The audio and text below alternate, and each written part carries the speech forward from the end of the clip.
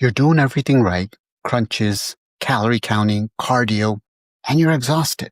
But when you look in the mirror, that stubborn layer of belly fat, it just won't budge. Most doctors will tell you it's your willpower. Some might even blame your thyroid. But as a nephrologist and obesity medicine specialist, I'm going to tell you something surprising. Your kidneys may be the reason that fat isn't going anywhere. Welcome back to the channel, everyone. I'm Dr. Hashmi.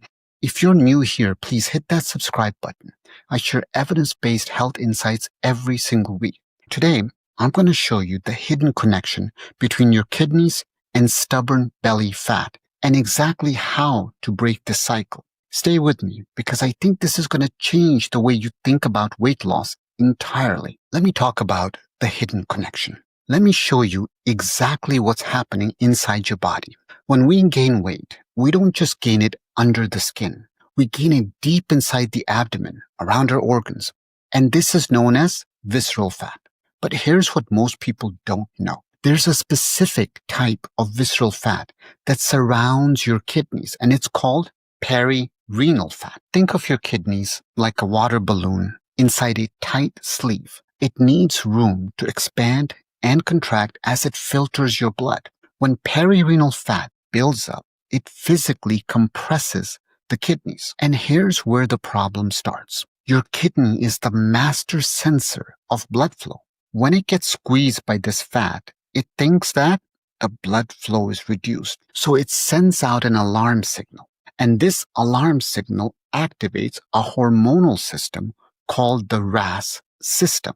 RAS stands for renin, angiotensin, aldosterone system. When RAS is activated, your body produces more aldosterone. And aldosterone tells your body, hold on to salt, hold on to water, and we're in trouble. When you eat a normal meal, your body then retains every milligram of sodium. You drink water. Instead of flushing it out, you store it inside your tissues. That puffiness in your belly, that swelling in your face and ankles, that's not all fat. A lot of it is fluid retention caused by stress and compressed kidneys. There's research from Dr. John Hall's lab that shows that obesity accounts for 75% of the risk for primary high blood pressure.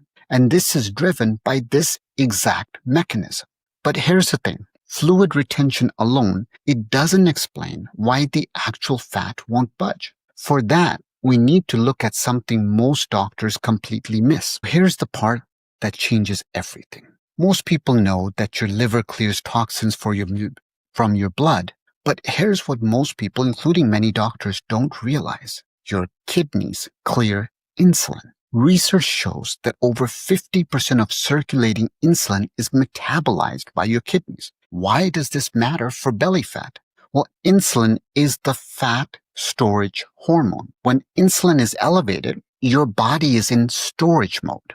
And so it's putting energy into fat cells. When insulin is low, your body switches to burning mode. It pulls energy out of fat cells. You literally cannot burn fat effectively when insulin remains elevated. What happens when your kidneys are compressed and stressed? Well, they can't clear insulin efficiently. Researchers call this condition fatty kidney. When you have fatty kidney, insulin stays in your bloodstream longer than it should.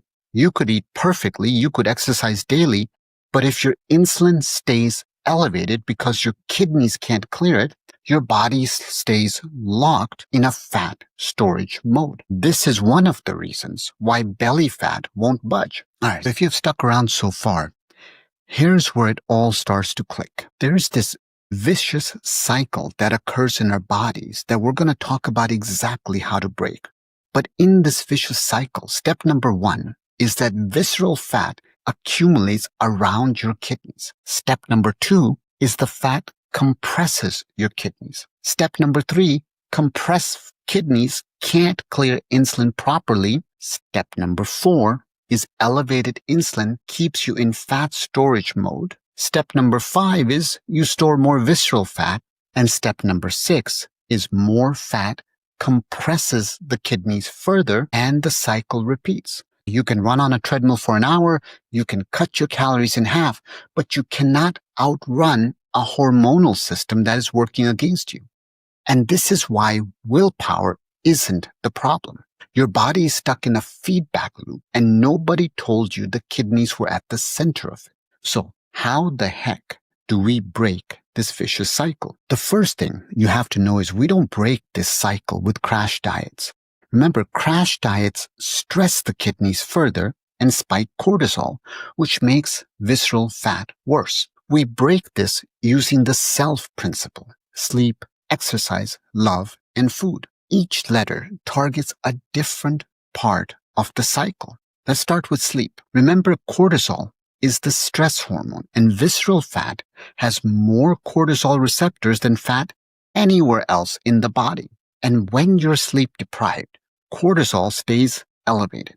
Your body directs fat specifically to the visceral area, including around your kidneys. There's a 2022 study that found sleep restriction led to an 11% increase in visceral abdominal fat. What's the fix? 7, 8 hours of quality sleep. This is a non-negotiable. It directly reduces perirenal fat accumulation. All right, let's get into E for exercise.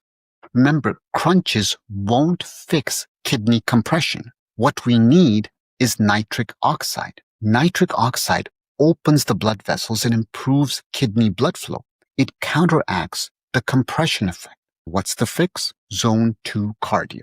Walking, cycling, slow jogging. 30 minutes where you can still hold a conversation. This is going to boost nitric oxide, improve kidney perfusion, and help your body release retained fluid. Next is L for love and stress management. Quick question, and let me know in the comments below. Type 1 if you've ever noticed unexplained puffiness or bloating, and type 2 if weight loss has been frustrating despite your efforts. When you're chronically stressed, your sympathetic nervous system constricts the kidney arteries. This compounds the compression problem and worsens sodium retention. What's the fix? Gratitude practice, meditation, having meaningful connections. These physically relax the renal arteries and improve kidney filtration. Then finally, F is for food. Remember, 2 things matter most. Step 1 is the sodium reset. Your compressed kidneys are hypersensitive to salt right now. So for the next 14 days, cut processed foods, boxed meals, deli meats, restaurant foods. This lowers the aldosterone trigger. You may even lose 3 to 5 pounds in the first week. That's the kidney bloat leaving your body. Step number 2 is the fructose cut. Fructose comes from sodas, juices, high sugar snacks. They metabolize into uric acid, and uric acid damages kidney function by reducing nitric oxide and causing oxidative stress. What's the fix? Replace soda with water. Add lemon if you like. The citrate in lemon can actually help protect kidney function. All right, so what's the bottom line? If you've been struggling with stubborn belly fat, please stop blaming yourself. Stop blaming your willpower. Your kidneys have been stuck in a vicious cycle, compressed by fat, unable to clear insulin, keeping your body locked in storage mode. Now you understand the mechanism, and now you have a roadmap to break it. Kidney health is metabolic health. Sleep, exercise, love, food. Each one targets a different piece of the puzzle. Be kind to yourself and be kind to your kidneys. If this helped you to understand your body better, please hit that like button. Make sure to hit that subscribe button for weekly evidence-based health content. And if you would like to support this work, please tap join next to subscribe. It means more than you know. As always, drop your questions in the comments. I read everyone and try to create videos based on what you guys ask for. And if you want to know exactly what to eat, optimize your kidney function, we have a newsletter in which we go through all sorts of things for you. And there's a live AMA that happens every month. Don't forget to consult your healthcare provider before making changes. Always practice gratitude. Always practice kindness. Thank you for watching, and I'll see everyone next time.